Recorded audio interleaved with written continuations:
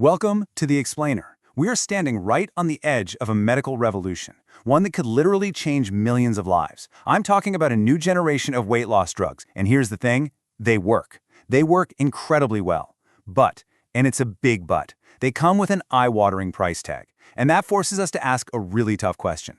Who gets to be healthy? Is it just the people who can afford it?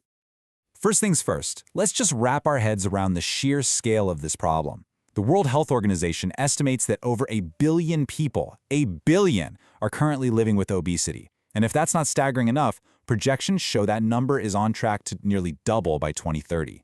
So this isn't just some statistic on a page, it's one of the biggest public health challenges of our time. So how are we going to tackle a topic this big? Well, we're going to approach this explainer like an hourglass. We'll start broad with the global health challenge. Then we'll narrow down to the nitty-gritty of the drugs and their costs. And finally, we'll zoom back out to understand what this all means for the future of treatment and who gets access. All right, let's dive right in. Before we can even start talking about solutions, we have to be absolutely crystal clear on the problem we're trying to solve. So what do we actually mean when we say obesity? Well, medically, it usually comes down to something called the body mass index, or BMI. A BMI of 30 or higher is the clinical threshold.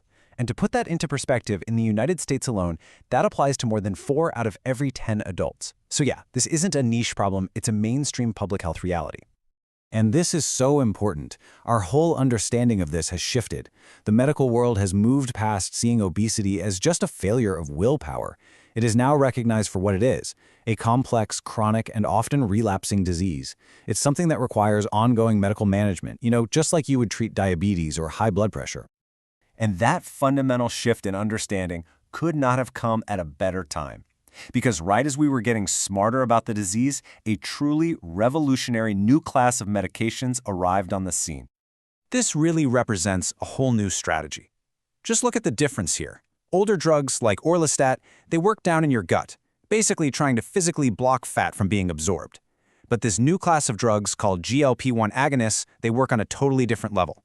They go straight for the command center, the brain.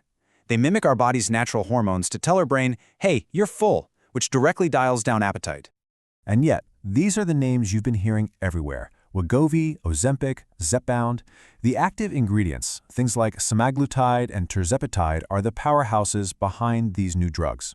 And the results have been nothing short of stunning. We're talking about users losing 15% or even more of their body weight, especially when they combine the drugs with lifestyle changes. And this brings us right to the central conflict of this whole story.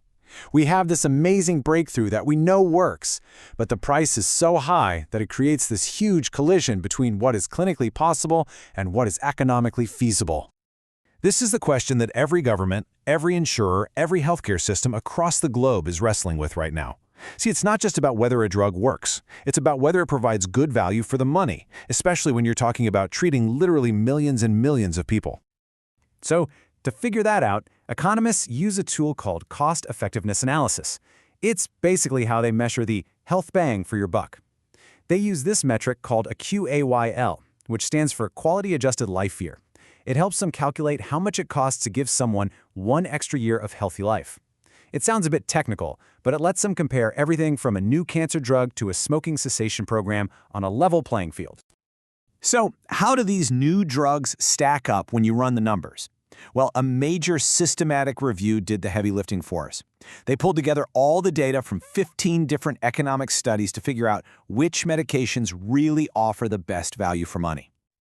Okay, let's look at the first piece of the puzzle, pure effectiveness. As you can see from this chart, the new GLP-1 drugs like semaglutide and tirzepatide are just in a league of their own. They deliver a level of weight loss that older drugs simply can't touch. If we were just talking about clinical power, it wouldn't even be a contest. But now, watch what happens when we factor in price. Suddenly, the whole picture gets way more complicated. Semaglutide still scores really well on value, but look at this. An older, much cheaper drug, phentermine topiramate, is right up there with it. And tirzepatide, one of the most powerful drugs, actually drops in value because its price tag is so high. This is that trade-off in action. This table really lays out the final verdict. Semaglutide seems to hit that sweet spot. It's powerful, and it's pretty cost-effective. Tirzepatide is even more powerful, but its high price is a major hurdle. And then you have the older, cheaper options like phentermine, topiramate, and orlistat. They might be less effective, but for a health system on a tight budget, they might just be the most practical choice. So we've looked at the data. Now let's zoom back out to the big picture again and ask, what do all these numbers actually mean for that billion-plus people around the world living with obesity? The head of the World Health Organization, Dr. Tedros, he just captured the challenge perfectly with this quote. These new drugs are a powerful tool, no question, but they are not a silver bullet. The problem of obesity is simply too complex for any one solution. And here's a huge blind spot in the data. Look at where all this research has been done. The vast majority of these economic studies, we're talking 93%, come from the US and Europe. That means we have almost no idea if these drugs are cost-effective in the low and middle-income countries where obesity is actually growing the fastest. And this leads to a really deeply concerning possibility that this incredible medical breakthrough could actually make global health inequality worse. If we don't have a plan to make these drugs affordable, we risk creating a world where effective treatment for obesity becomes a luxury that only the wealthy can access. So after all of that, where do we stand? Let's try and boil it all down to the key takeaways on the future of obesity treatment. Okay, here's the bottom line.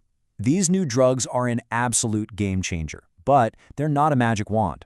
Semaglutide seems to be the best value for money right now, but those older, cheaper drugs, they definitely still have a role to play. And remember, none of these medications replace the need for lifestyle changes. But the single biggest challenge, the biggest hurdle of all, is access.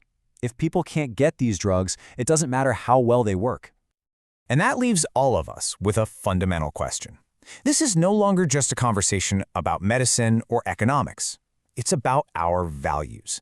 As these revolutionary drugs become more and more common, we have to decide, as a society, who gets them, who pays for them, and what kind of healthcare system we really want to build.